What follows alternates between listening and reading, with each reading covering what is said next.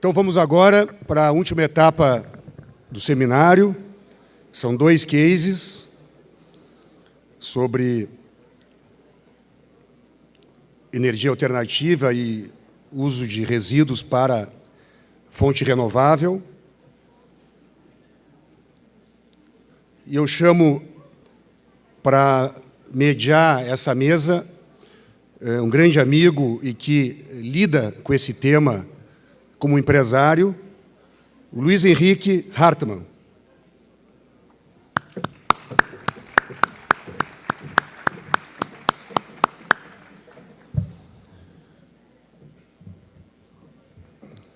Para o primeiro case, GNV Verde, gás natural 100% renovável, parceria Sulgás e Ecocitrus, Otto Fonseca Cardoso.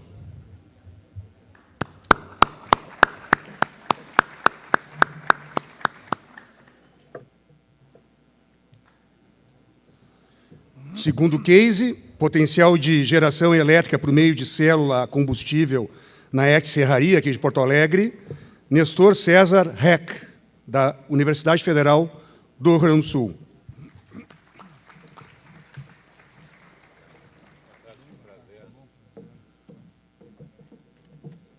Eu só gostaria de fazer aqui uma divulgação que me pediram, que eu acho muito interessante. Está havendo uma exposição, o nome é Em Defesa da Vida, o olhar do guarda-parque sobre a biodiversidade do Rio Grande do Sul, que começou agora no dia 10 de junho, vai até dia 3 de julho, no 5º andar da Casa de Cultura Mário Quintana. Eu quero também agradecer aqui as funcionárias do CIE, que estão desde ontem aqui colaborando muito conosco, tanto aqui no palco, como lá na entrada, assim como os alunos da Faculdade Dom Bosco, os alunos da Engenharia Sanitária e Ambiental. E quero também, mais uma vez, agradecer, porque esse evento não estaria acontecendo se não fossem os nossos patrocinadores, ainda mais numa época de crise econômica que nós estamos enfrentando. Portanto, os nossos agradecimentos à Celulose Rio-Grandense, ao Grupo Zafari, à Companhia Rio-Grandense de Valorização de Resíduos, CRVR, à Braskem, ao Grupo Ipiranga, ao Sindi Atacadistas, ao Sindicato das Indústrias de Materiais Plásticos, Simplast, ao Conselho Regional de Engenharia e Agronomia do Rio Grande do Sul, CREA-RS. Tem bastante apoiadores e patrocinadores. Sindicato dos Engenheiros do Rio Grande do Sul, SENGE-RS, Badesul, Banco de Desenvolvimento do Estado do Rio Grande do Sul, Associação Técnica Brasileira das Indústrias Automáticas de Vidro, ABVidro, e Corsã, Companhia Rio-Grandense de Saneamento. E aos nossos apoiadores, a Assembleia Legislativa do Estado do Rio Grande do Sul, que não só cedeu espaço, mas nos deu apoio muito grande com relação à TV Assembleia, por exemplo, ao Ministério Público do Estado do Rio Grande do Sul, à CNBB, Conferência Nacional dos Bispos do Brasil, Regional 3, à Câmara Municipal de Porto Alegre, à Escola Legislativa Julieta Battistioli, ao Departamento Municipal de Água e Esgoto, DEMAI, à Fazenda Quinta da Estância, ao Grupo Embasul e CTS, à H-Mídia, à FAMURS, Federação das Associações de Municípios do Rio Grande do Sul, à Indústria de Erva Mate Chimango, ao Comitê Ambiental do Centro de Integração Empresa Escola CIE-RS e Fundação SOS Mata Atlântica. Hartmann, a palavra está contigo. Obrigado.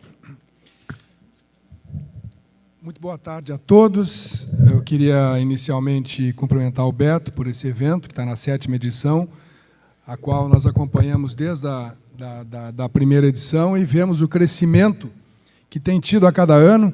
E esse auditório lotado essa hora demonstra a certeza de que o próximo vai ser com mais sucesso ainda.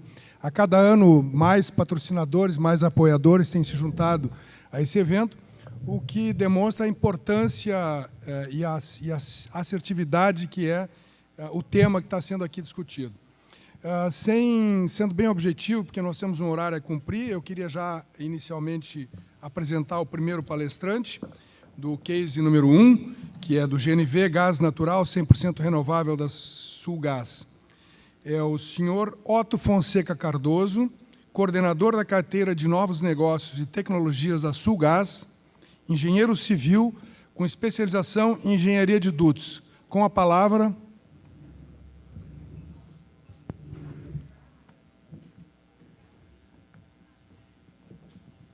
Boa tarde a todos. Primeiramente, queria agradecer a oportunidade, através do convite feito pelo Beto Mesh, da gente poder mostrar um pouco do nosso trabalho e desse case que foi desenvolvido pela Sulgás em parceria com outras empresas, entre elas a Naturovos e a Ecocitrus, sem também esquecer do apoio que foi dado pelo professor Odorico, que aqui esteve, que é da Univates, que atestou todo o controle de qualidade.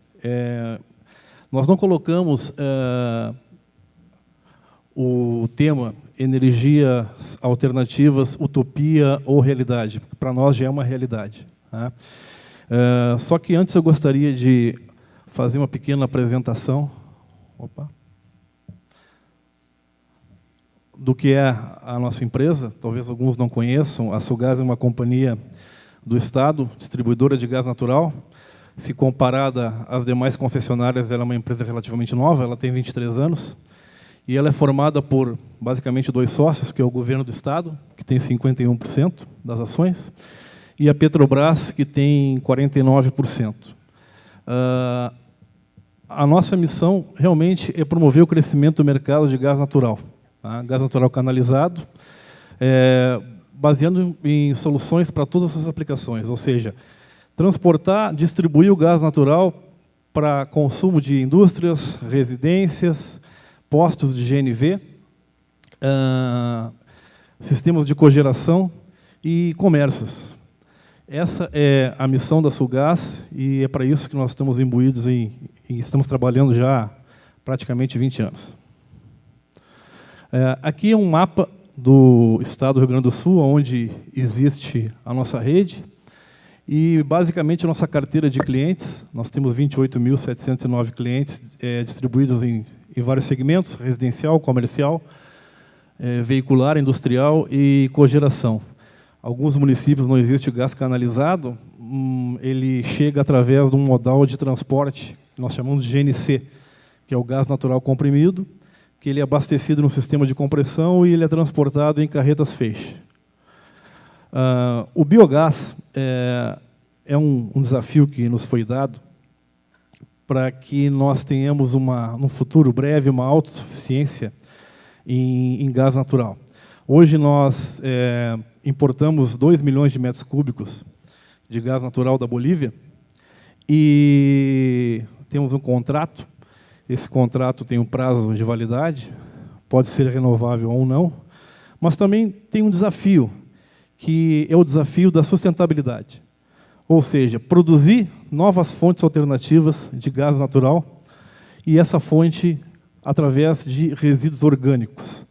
Foi um projeto que nós desenvolvemos desde 2012 com a Ecocitrus e ele é um projeto totalmente ecológico, nós chamamos assim, porque ele busca resíduos agro-silvopastoris orgânicos e, através de um processo biológico, ele gera o gás. Ele gera o gás e também ele pode ser purificado para que gere o biometano, que é efetivamente um produto que hoje ele é aprovado pela ANP, através dos estudos que nós fizemos aqui, dentro dessa usina da Ecocitrus, e que hoje ele está sendo, não ainda comercializado, mas ele está sendo fornecido para a própria cooperativa, e foram feitos vários estudos em cima disso, e que comprovam que ele é, basicamente, a sua composição química idêntica à composição química do gás natural. Ele é amplamente utilizado no mundo. Né? Se vocês olharem lá na tabela, a Áustria, a Croácia, a França, a Alemanha, principalmente, tem muitas usinas aí de biogás e de biometano. e nós ainda estamos engatinhando. Podem ver que o Brasil nem aparece ainda aí na nossa escala. Nós temos esse pioneirismo de ter desenvolvido, no estado do Rio Grande do Sul, a primeira planta de biometano, e nós temos esse desafio de continuar desenvolvendo para que ele saia de um projeto de pesquisa e desenvolvimento e vá para um projeto mesmo de comercialização. Tá? Aqui, só para vocês terem uma ideia de um esquemático, tá?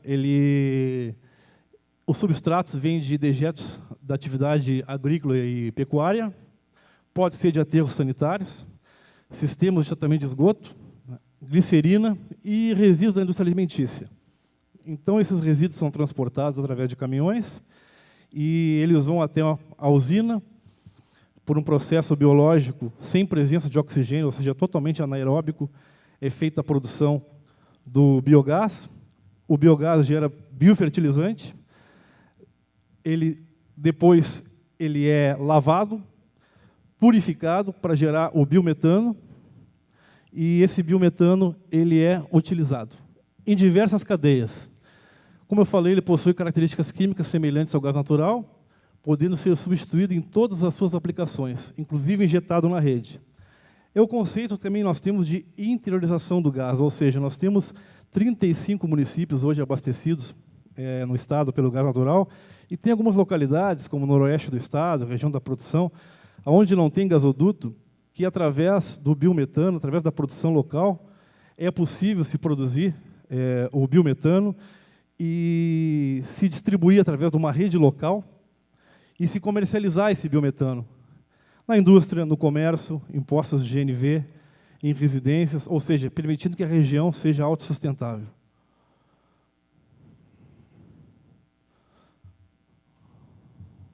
Opa. Houve um problema aqui? Só maximiza, por favor.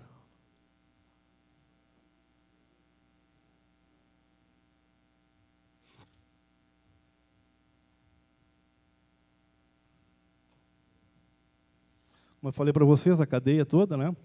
A produção e utilização dele como residencial, veicular, comercial, industrial e até sistema de cogeração também. Essas são algumas fotos que nós temos lá da usina da Ecocitrus. Tá? Nós, em 2014, desenvolvemos aí um projeto através do Consórcio Verde Brasil, que foi o GNV na Copa, ou seja, um caminhão com motor dedicado a GN Verde, que é o nome que nós batizamos para o biometano. Ele fazia o transporte de dejetos e resíduos da FanFest até a usina da Ecocitrus. No momento que chegava lá, ele era trabalhado, produzido, o biogás purificado com a produção para gerar o biometano e, consequentemente, o caminhão era abastecido. Isso ficou durante 30 dias na Copa do Mundo de 2014. Foi realmente um processo que nos deu muito bons resultados. Tá? Ali um exemplo, tá? É bem artesanal, de um biodigestor. São biodigestores e gasômetros, os quais ficam acondicionados e gerados o biogás, e ali são produzidos. Nós montamos um pit stop nessa usina de Montenegro, onde 30 veículos da cooperativa, dos cooperativados, hoje abastecem os seus veículos com o biometano produzidos na planta. O processo, produção de biodigestores, purificação, a compressão do gás, o pit stop e os abastecimentos, sem esquecer nunca o controle de qualidade que hoje é feito pela Univates. Os resultados, combustível atinge concentrações de metano acima de 96%, que é o que a ANP exige hoje, mínimo de 96% para ser comercializado. Os níveis de emissões são semelhantes às emissões do gás natural. O gás produzido é livre de contaminantes. Em motores, o combustível teve comportamento semelhante ao gás natural. Eu falei do projeto GN Verde na Copa. A produção de biometano, hoje, aproximadamente 1.000 metros cúbicos dia, já estamos quase em 1.500 metros cúbicos dia. É um volume muito pequeno para comercialização, mas como projeto piloto, ele tem uma validade significativa. Né? Abastece veículos, como eu falei, e nós demos o suporte técnico para essa portaria número 8 da ANP, que hoje ela rege a comercialização do biometano e a especificação do biometano no estado do Rio Grande do Sul e em todo o Brasil. Então, ou seja, o Rio Grande do Sul pode ser considerado um estado pioneiro na produção do biometano e que norteou a ANP para que se fizesse essa regulamentação. Foram feitos testes em veículos leves e pesados, ônibus, inclusive caminhões, e indústrias também. O Consórcio Verde Brasil, ele é formado, como eu comentei com vocês, um consórcio entre a Sulgás, a Naturovos e a Ecocitrus, e ali mais ou menos um resumo do que ele produz hoje. A usina recebe 60 toneladas de substratos, que são dejetos de aves, poedeiras, leites e outros resíduos orgânicos que são utilizados na produção. Isso gera por dia 2.400 metros cúbicos de biogás, que purificados, eles geram 1.300 metros cúbicos de biometano. Ou seja, através de um processo de purificação, por diferença de pressão, é retirado o CO e aí leva o nível de CH4 para 96%, que é o que a ANP exige. O aproveitamento hoje é de abastecimento de aproximadamente 30 veículos movidos a GNV, e através do biogás é gerada uma energia elétrica produzida e gerada e consumida na própria planta. Ou seja, a usina hoje de biometano, biogás da Ecocitrus, ela é sustentável em sua energia elétrica. Não há nenhum tipo de consumo externo, a não ser o consumo gerado pelo biogás. Nós fizemos, junto com a Univates, aqui o secretário Redecker falou muito em atlas de eólico, etc. Nós fizemos um atlas aí de biomassa, e está em término. Ele comentou, inclusive, que em agosto deve ser publicado esse atlas. E esse atlas nos indicou números muito interessantes, né? Ou seja, o nosso estado do Rio Grande do Sul, ele tem um potencial de 1,5 milhão de metros cúbicos dia de produção de biometano, se considerarmos somente resíduos do agronegócio, agro-silvopastoriço, sem considerar estações de tratamento, sem considerar resíduos sólidos urbanos, sem considerar aterros sanitários. Ou seja, se nós hoje importamos 2 milhões de metros cúbicos da Bolívia, nós temos um potencial de 1,5 milhão de metros cúbicos para produzir no estado, sem precisar importar esse gás e torná-lo altamente sustentável para o governo do estado. Então, o Rio Grande do Sul realmente é uma fonte muito grande de biomassa para esse tipo de produção. Se a gente considerar todo o volume que tem, e isso o Atlas está nos indicando, nós teríamos aí 5 milhões de metros cúbicos dia, mais ou menos, de biometano, que é mais do que o dobro hoje do que nós importamos da Bolívia. Por que investir em biometano? Nós temos aspectos aí que nós chamamos de tripé de sustentabilidade, que é o aspecto ambiental, econômico e social. O ambiental, porque nós estamos dando um tratamento adequado de resíduos orgânicos originados da atividade agro-silvopastoril. Por exemplo, alguns produtores do Vale do Taquari nos procuraram pedindo soluções porque eles não conseguem aumentar a produção deles de suínos, tendo em vista que não tem o que fazer com os dejetos. No momento que se aproveita os dejetos para a produção de biogás, automaticamente ele pode aumentar a produção dele. Ou seja, aquele conceito, o resíduo, muitas vezes, aí, o adubo, né, vem para o campo, no campo ele fertiliza, se planta milho, o milho vira ração, a ração alimenta a ave defeca o dejeto volta para a usina e vira gás, e vira resíduo via biofertilizante. Ou seja, é feito uma cadeia completa de sustentabilidade, desde o dejeto até a geração do biogás.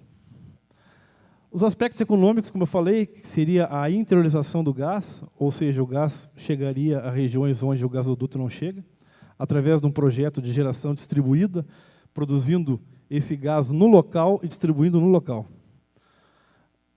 Daria o crescimento econômico da região, desenvolvimento tecnológico para o estado, uma fonte produtora próxima aos centros de consumo, que dá redução de custos e competitividade.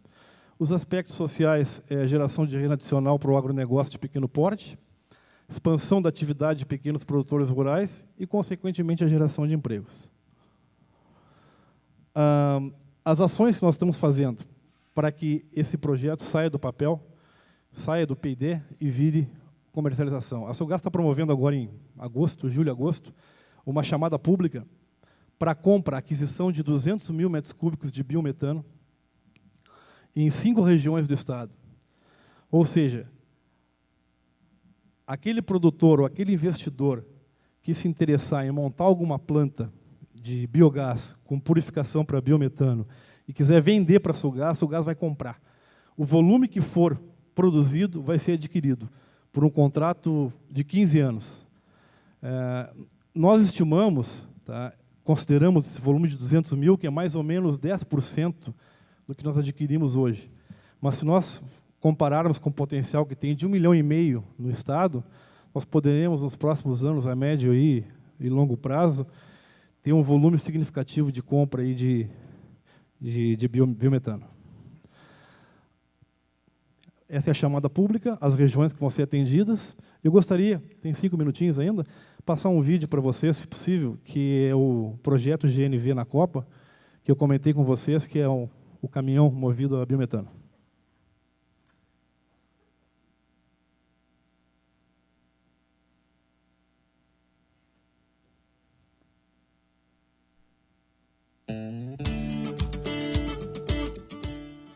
Um projeto inovador que aliou alta tecnologia à sustentabilidade fez com que Porto Alegre se destacasse das demais cidades sede da Copa do Mundo de 2014 na gestão de resíduos sólidos.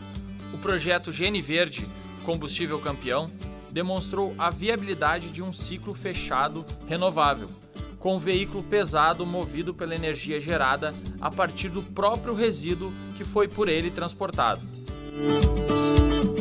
O GNVerde é uma marca registrada pela Sulgás para o gás biometano, que possui características químicas semelhantes ao gás natural e é produzido a partir da decomposição de resíduos orgânicos. Durante a Copa do Mundo em Porto Alegre, os resíduos orgânicos gerados em 2 espaços voltados ao entretenimento foram recolhidos por um caminhão movido a biometano e encaminhados para a usina de compostagem da empresa Ecocitrus. Nós tivemos a iniciativa de tentar unir a cadeia produtora dessa nova energia com a tecnologia avançada para o uso desse gás. Então nós conseguimos realizar uma parceria, a Sulgás atua como integradora num projeto, unindo a produção do GNVerde, a produção desse gás sustentável, com um veículo com motorização especial, um veículo dedicado a funcionar com gás natural e biometano, no caso GNVerde. O projeto GNVerde Combustível Campeão foi idealizado pela Sulgás em parceria com o Departamento Municipal de Limpeza Urbana de Porto Alegre, Secretaria Estadual do Esporte e do Lazer, Iveco, Realeza Furgões e Consórcio Verde Brasil, formado pelas empresas Ecocitrus e Naturalves. A Câmara Temática de Meio Ambiente e Sustentabilidade do Comitê Gestor da Copa no Rio Grande do Sul proporcionou a integração com a Prefeitura e órgãos do Estado. Foram recolhidos diariamente centenas de recipientes com diversos materiais orgânicos gerados, tais como legumes, sobras de alimentos, óleos utilizados nas cozinhas, dentre outros. Todo este material com potencial de geração de gás biometano foi enviado à usina de produção de GNVerde na cidade de Montenegro. Esse material recebe uma preparação com trituração, homogeneização, peneiramento e é alimentado continuamente aos reatores, os bioreatores, que processam essa matéria orgânica através de micro-organismos anaeróbicos, por um processo de residência aí de 30 a 35 dias e gerando como metabolismo o biogás. Esse biogás é armazenado em gasômetros e após recolhido através de compressão para a unidade de purificação, que é qualificado e disponibilizado para a frota. O projeto conta ainda com apoio técnico e científico da Universidade Univades, que monitora o desempenho do motor abastecido com GNVerde, analisando tanto a parte mecânica quanto a emissão de poluentes, e também analisa a amostra dos resíduos orgânicos encaminhados para a usina de produção do GNVerde. E a nossa parte dentro da universidade, aqui na Univates, na verdade, é avaliar isso em escala laboratorial para visualizar se o potencial de biogás está presente ou não nos dejetos, nos substratos que serão encaminhados para ecociclos, né, para, em escala real, produzirem biogás realmente que se possa usar comercialmente. Neste projeto, tivemos a participação direta de 81 piquetes tradicionalistas e 13 restaurantes da praça de alimentação do acampamento Farroupilha, além da contribuição indireta de aproximadamente 140 mil visitantes que geraram demandas nesses locais durante os 30 dias da Copa do Mundo. Foram recebidos na usina de produção de biometano quase 7 toneladas de resíduos orgânicos, o que gerou aproximadamente 770 metros cúbicos de gás biometano. O veículo coletor percorreu 2.717 quilômetros, apresentando rendimento médio de 2,6 km rodados por metro cúbico de gás, com emissão de poluentes significativamente menor que os demais combustíveis do mercado. Mantendo os padrões atuais de disposição de resíduos orgânicos em aterros sanitários, todo o biogás que serviu de base para a produção do Geniverde, utilizado como combustível no caminhão coletor, teria sido jogado na atmosfera. Reaproveitando essa energia natural, contribuímos de forma significativa com a redução da emissão de gases poluentes, o que resulta em uma atmosfera mais preservada e uma melhor qualidade do ar nas grandes cidades.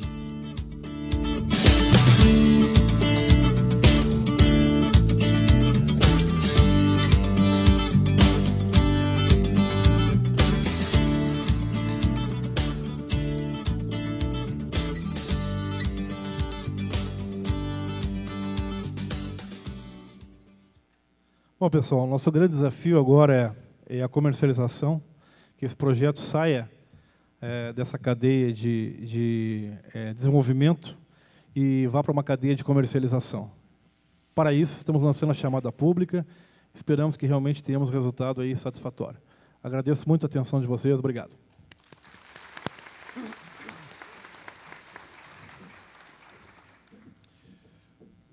Muito obrigado, Otto Cardoso, pela excelente explanação. Passamos de imediato ao case 2, potencial de geração elétrica por meio de célula combustível na serraria. Antes, só pediria uma questão aqui de ordem pública. Foi encontrada a carteira e os documentos de Juliano Fink, tá? Estão com a Bianca na recepção. Se o Juliano estiver aí, e se ele não estiver, alguém o conheça, por favor, tá? Estão com a coordenação com a Bianca. Quero apresentar o professor Nestor César Heck, que é professor orientador de mestrado, de doutorado na URGS, graduado em Engenharia Metalúrgica pela mesma universidade, com doutorado em Engenharia Metalúrgica pela Heinrich Westphalische Technische Hochschule, RWTH de Aachen, na Alemanha. Aachen, está certo. Atua principalmente nas áreas de metalurgia, tratamento de resíduos e células a combustível. Pô, Hartmann é bem mais fácil, né? Desculpem, a próxima vez eu procuro uma universidade com nome mais tranquilo. Então, senhores, boa tarde. Posso chamá-los de fanáticos pelo meio ambiente saudável? Gostaria de parabenizar o Beto por não só por iniciar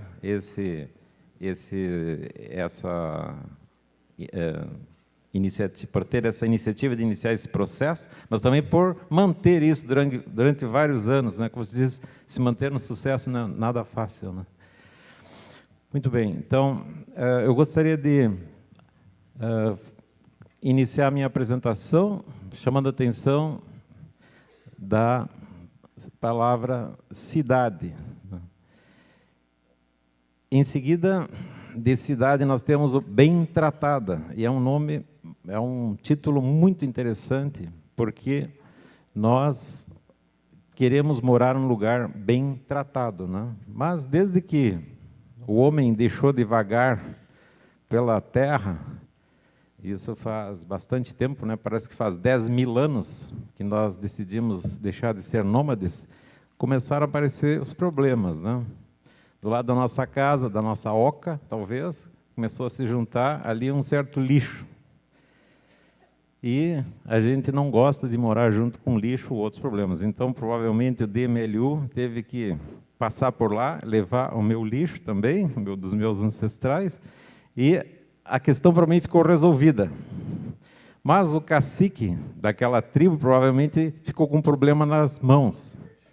Então, nós temos muitos problemas por vivermos juntos. Temos satisfação também por morarmos juntos, né? Mas, enfim, os problemas estão ali. E essa questão parece que, ao ser resolvida, ou seja, o DMLU levou o lixo da minha casa, eu não tenho mais um problema, mas o problema parece que persiste. Passa para as mãos de alguém mais e assim por diante. Ou seja, aparentemente é uma sucessão de problemas que aparecem à medida que nós vamos solucionando uns, vão aparecendo outros, né? Muito bem, mas não vamos falar de problemas, vamos falar de soluções. Então, nós estamos mostrando nessa apresentação muito simplória, muito caseira, que eu diria, uma ideia que pode ser talvez aproveitada, e nós esperamos que esse aproveitamento se dê, de fato, num futuro bem próximo. E nós vamos, então, apresentar, basicamente, essa família de tecnologias. Esse é o PISA, onde nós temos uma quantidade enorme de obras, muitas delas subterrâneas, né? Nenhum administrador gosta muito de fazer isso, aparentemente, mas existem obras aqui subterrâneas, embaixo da água, etc. Alguma coisa que aparece claramente aqui seria a serraria, essa ET serraria. Muito bem, então o PISA, ele aparentemente tem uma capacidade, uma enorme capacidade, na nossa opinião, de geração de gás. Como nós sugerimos aqui, de uma forma bastante esquemática, esta estação de tratamento de esgotos da serraria, ela soluciona uma série de problemas da cidade, levando embora o nosso esgoto doméstico, mas tem nas suas mãos agora, conforme eu estava comentando anteriormente, uma série de outros problemas para serem resolvidos, que estão mais ou menos sugeridos aí. E nós temos, talvez, também ali na serraria, uma possibilidade de solucionar, talvez, grande parte desses problemas, ou, de uma certa forma, ajudar na solução.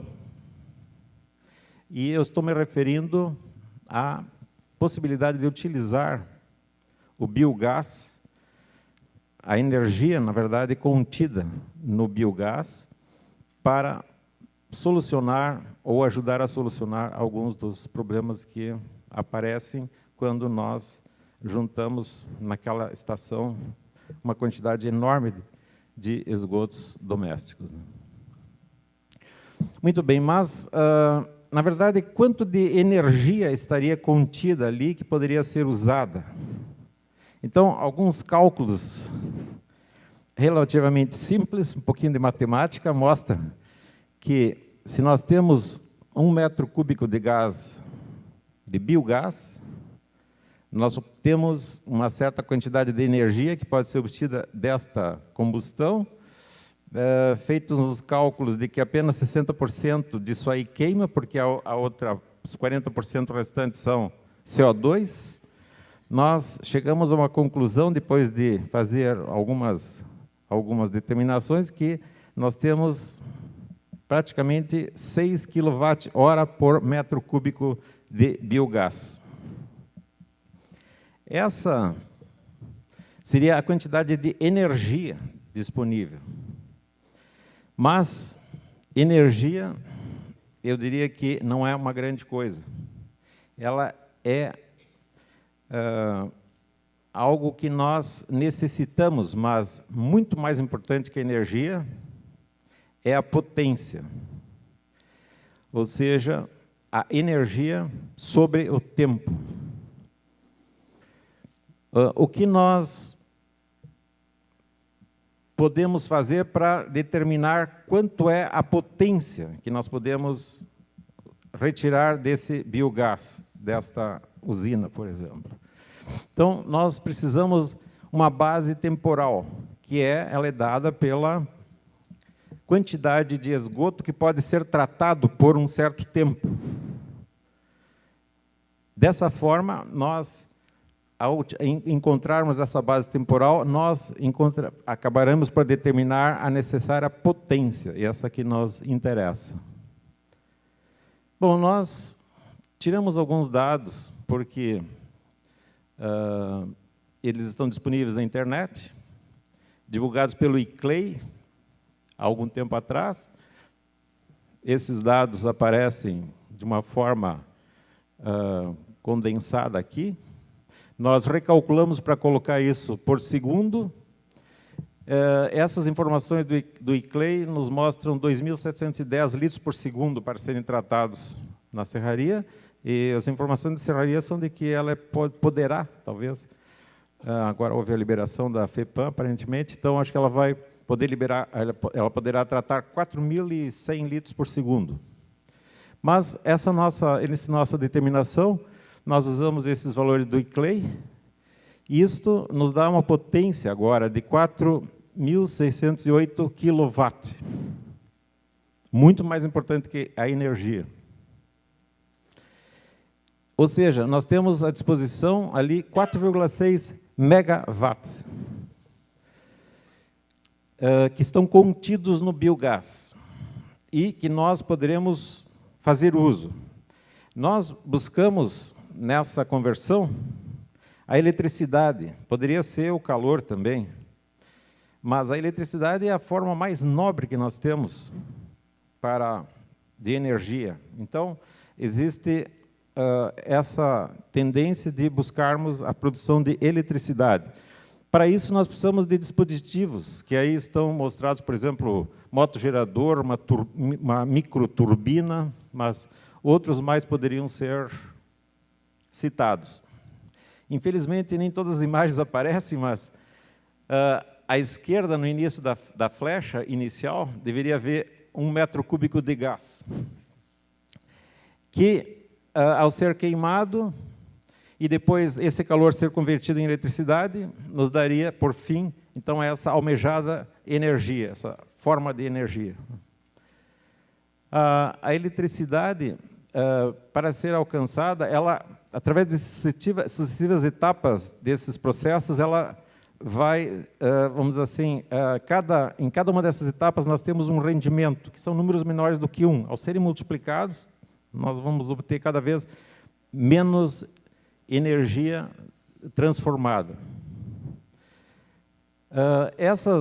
Esse princípio das máquinas térmicas, ele não existe nessa tecnologia que eu vou comentar nessas próximas imagens, que nós chamamos de células a combustível. Então, essa família de tecnologias, elas fazem essa transformação sem a passagem para o calor, como é típico das máquinas térmicas, de uma forma direta.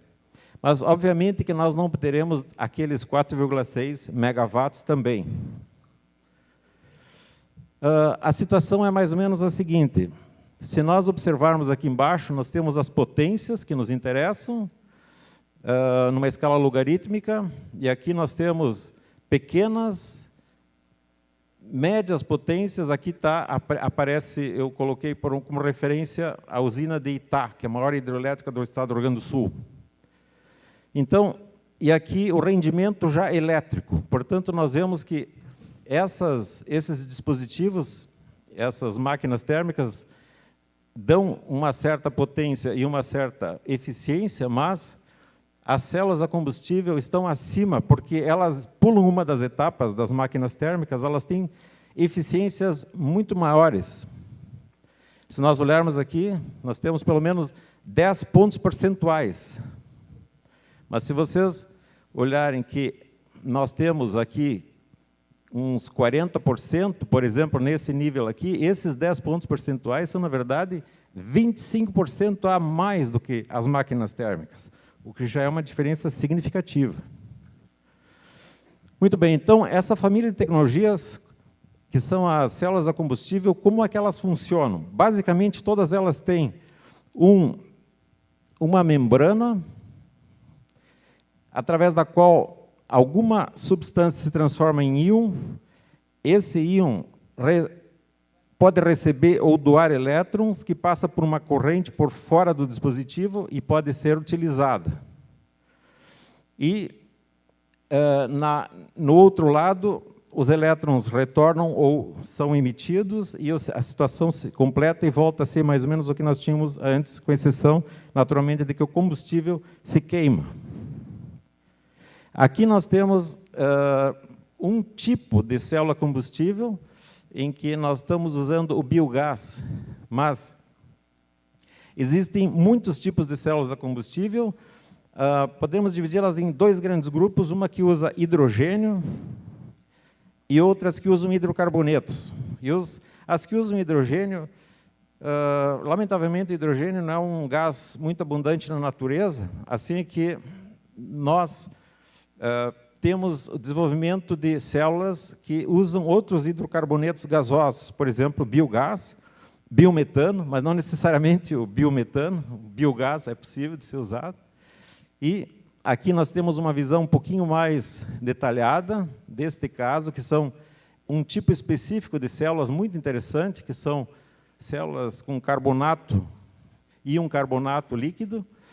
E um fator interessante que esta e as outras células têm é que o ar que está sendo queimado, o combustível que está sendo queimado pelo oxigênio do ar, ele faz isso num dos lados da membrana, e a membrana que contém, a membrana que está em contato com o ar, ela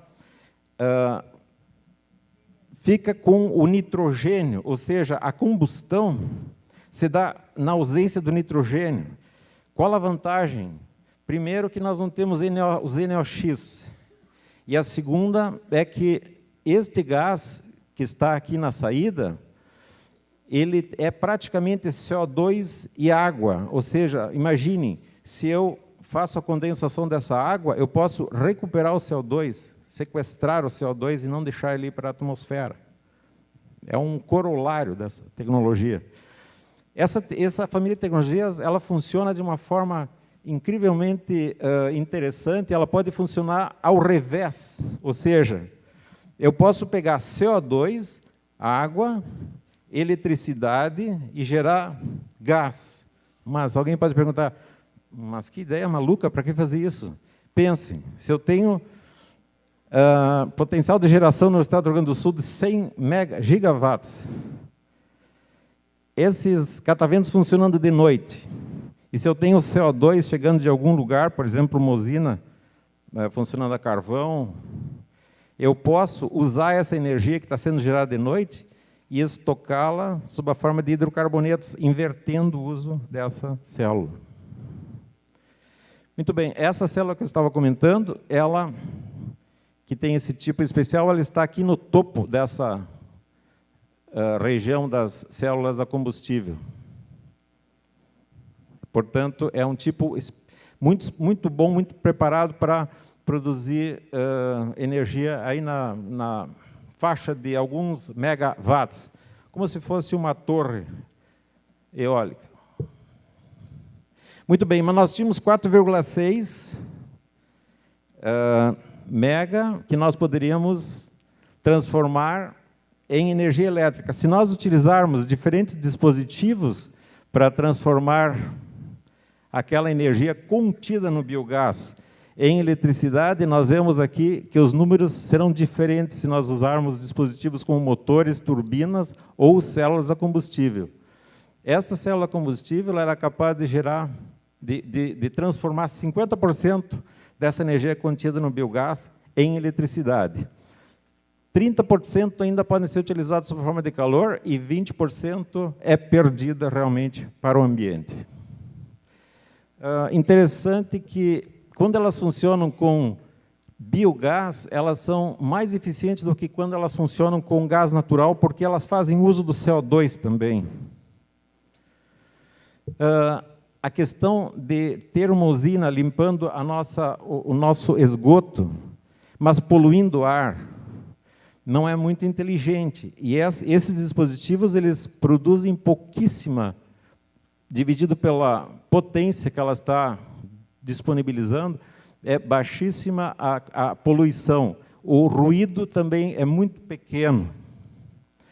Isso para ter uma ideia de uma usina de 2,8 megawatts, mas eu já adianto que eu não sou vendedor de nenhuma usina aqui.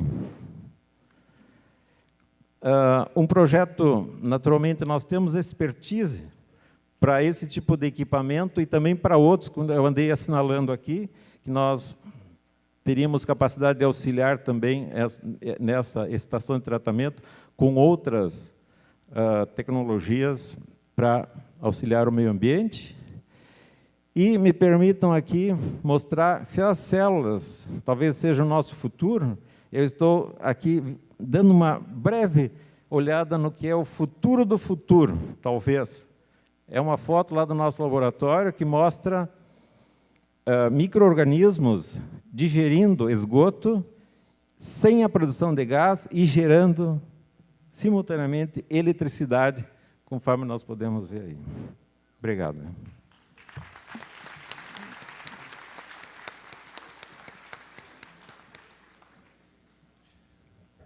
Quanto tempo nós temos para as perguntas? Tá. Ok. Está aberto para perguntas.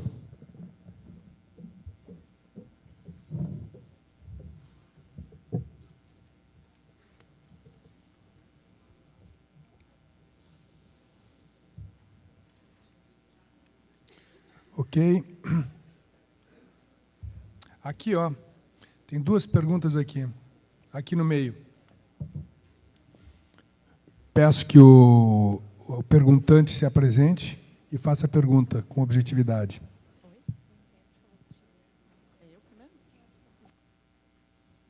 Boa tarde, Juliana, bióloga. Esqueci o nome da... Otto Cardoso. Otto. Qual a probabilidade ou a possibilidade de se utilizar os resíduos orgânicos aqui do município de Porto Alegre para a produção de biogás através da biodigestão? Existe essa possibilidade? Há viabilidade? Pode. Juliana, né? Juliana, existe. Na realidade, nós temos alguns estudos que nós fizemos junto à SEASA, inclusive, para utilizar sobras, resíduos para geração de biogás através de biodigestores. Nessa chamada pública que eu comentei com vocês, que está prevista esse volume de 200 mil metros cúbicos, está contemplada a região de Porto Alegre e a região metropolitana também. O que tem que acontecer para que isso realmente se materialize, né? Não basta só a biomassa, né? Ou seja, existem os dejetos, existem os resíduos, tá?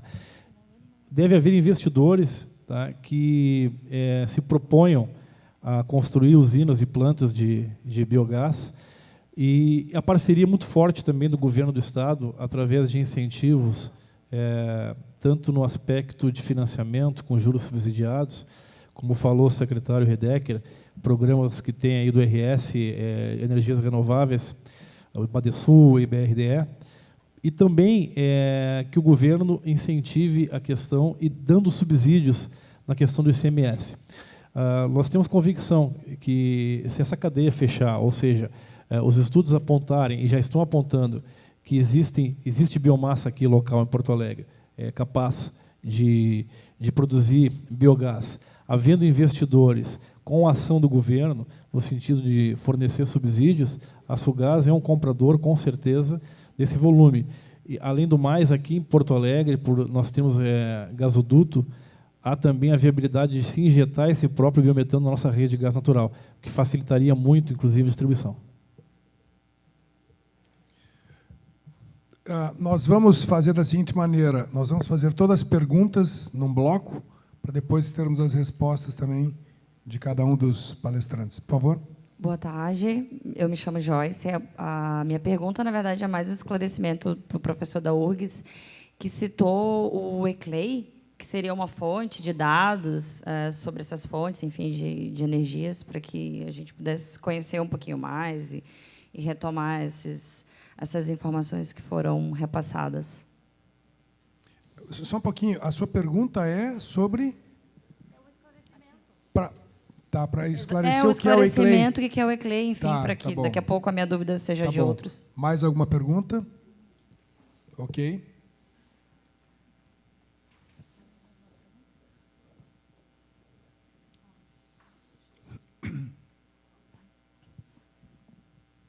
Boa tarde. Meu nome é Guilherme Louro, tenho formação em engenharia elétrica. Professor Heck, só perguntar sobre aquele gráfico ali, a escolha daquela tecnologia, né, para geração, mas eu notei que acima, num rendimento mais alto ainda, tinha outros tipos de tecnologias, né? Daí a pergunta é por que o senhor não escolheu aquela outra que rende mais ainda, que é o que eu vi no gráfico, pelo menos ali. Tá? Ok. Tá. Mais alguma pergunta?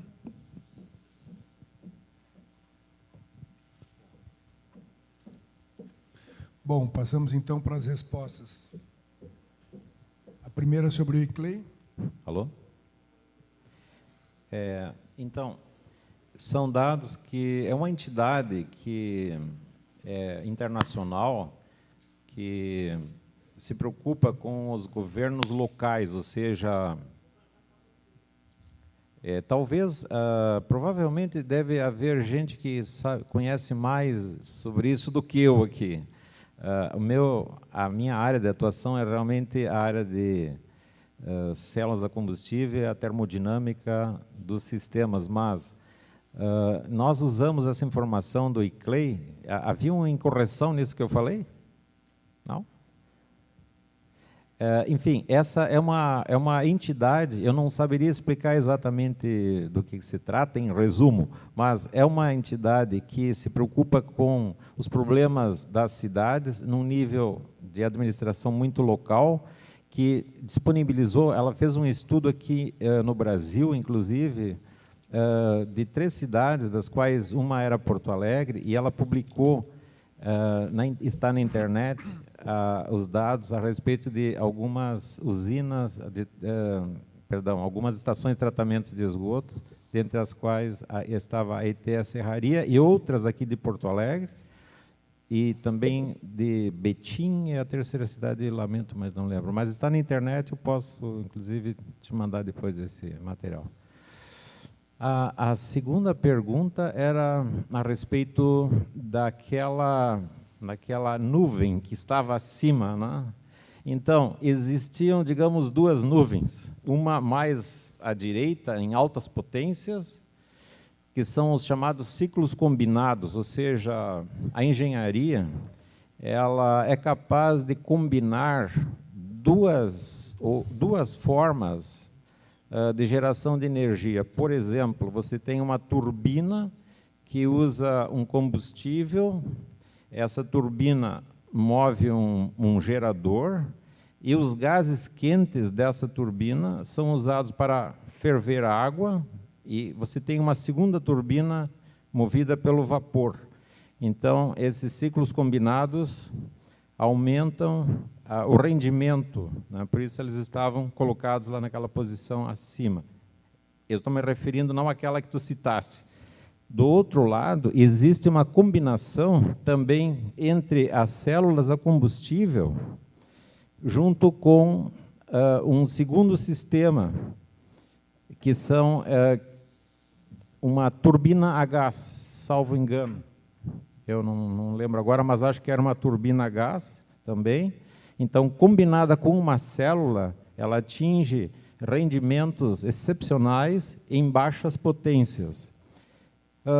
O que vocês talvez tenham visto, mas pode ser que não lembro muito bem, é que, à medida que as potências dos nossos geradores diminui também o rendimento, lamentavelmente. Mas é muito interessante verificar que as potências das células a combustível, elas se mantêm sempre acima. Ou seja, quando nós pensamos em geração distribuída e a utilização de a utilização do biogás, por exemplo, ou até do biometano, por um pequeno gerador, uma pessoa que tem uma certa criação de animais e que seja capaz de gerar uma certa quantidade de biogás ou de biometano, ele pode naturalmente optar por um motogerador.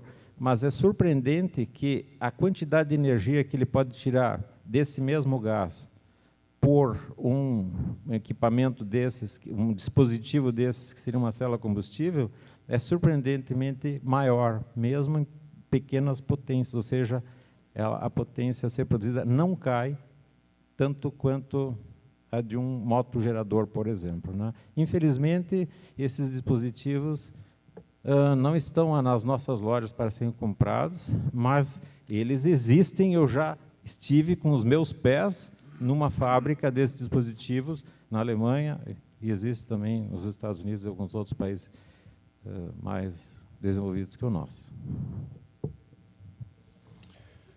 Eu teria uma pergunta para fazer ao Otto Cardoso com relação a esse projeto. Qual foi o payback do projeto? O retorno do investimento, em quantos anos que se paga? E para, por exemplo, esse edital que vai ser lançado, que retorno vai estar sendo informado ou oferecido para os investidores? Na realidade, esse projeto inicial ele é um projeto de P&D, pesquisa e desenvolvimento. Ele não visa, nesse primeiro momento, um retorno financeiro, é um payback. Posso dizer que o investimento foi na faixa de R$1,5 milhão, mais ou menos, tá? Entre os 3 participantes, mas com vistas a estudo, a obter resultados, a investimentos em pesquisa e desenvolvimento, para depois pensar em comercialização. Numa fase de comercialização, nós estamos estimando uma taxa de atratividade na faixa de 14% ao ano, tá? 12% a 14% ao ano. Nós achamos que é uma taxa razoável para que o investidor se atraia pelo empreendimento. Ok. Bem, ao auditório, mais alguma pergunta? Aqui. Última pergunta, então.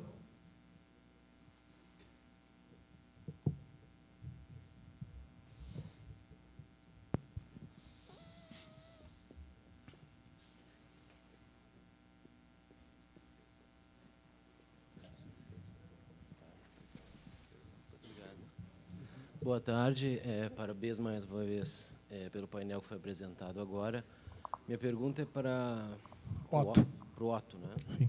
Então, ano passado, um pouco mais de um ano, na Semana Ambiental, foi inaugurado a Bioterma Energia, em Minas do Leão. Né? Minas do Leão. Com capacidade inicial de 8,5 megawatts e capacidade futura de 17 megawatts. Minha pergunta talvez possa fugir um pouco, né, de entendimentos mais técnicos, mas eu gostaria de saber um pouco mais sobre esse empreendimento e se teria como vincular, porque essa Bioterma Energia ela é baseada em biogás oriundo de aterros. A gente estava comentando ontem sobre os problemas que os aterros têm causado, principalmente os mais mal gerenciados. Então, se teria alguma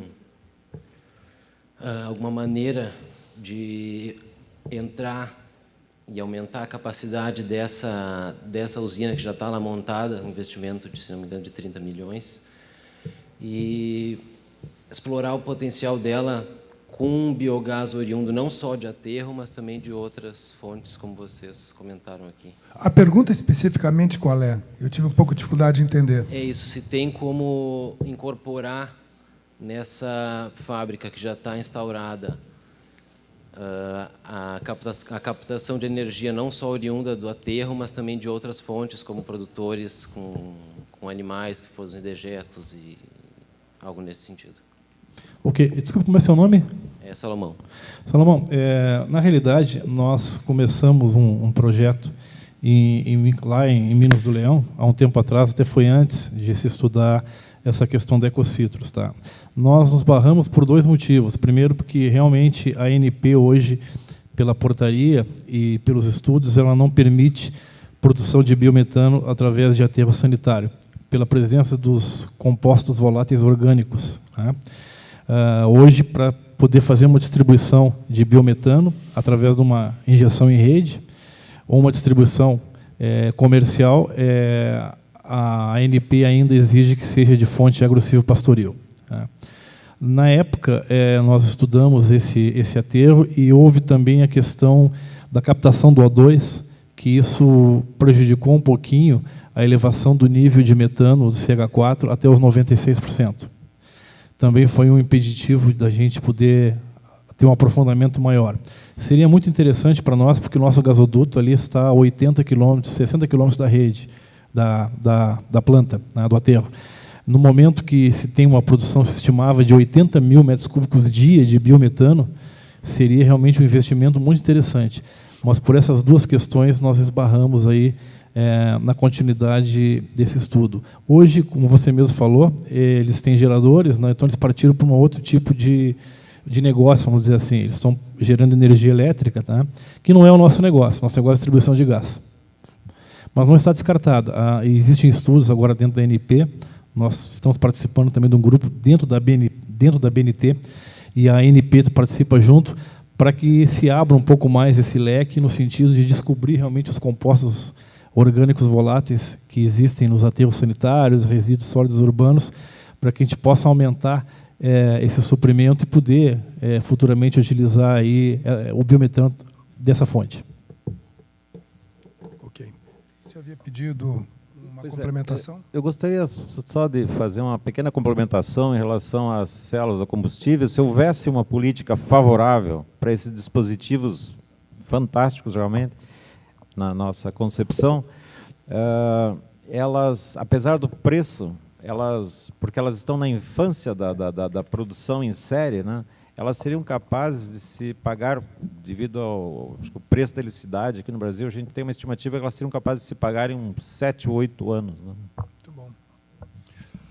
Ok, não havendo mais questionamentos em cima do nosso horário, eu agradeço mais uma vez ao Otto Fonseca Cardoso, da Sulgás, e ao professor Nestor César Heck, que se comprometeu de fazer um curso numa universidade um pouquinho mais fácil de pronunciar, pela excelente apresentação, e dou por encerrado o painel.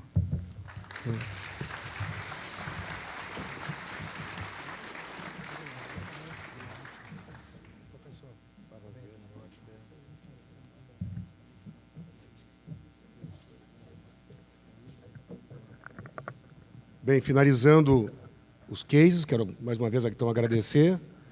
Finalizando os cases, nós encerramos a 5ª edição do seminário Cidade Bem Tratada. Muito obrigado pela presença de todos e esperamos até a 6ª edição do Cidade Bem Tratada. Muito obrigado.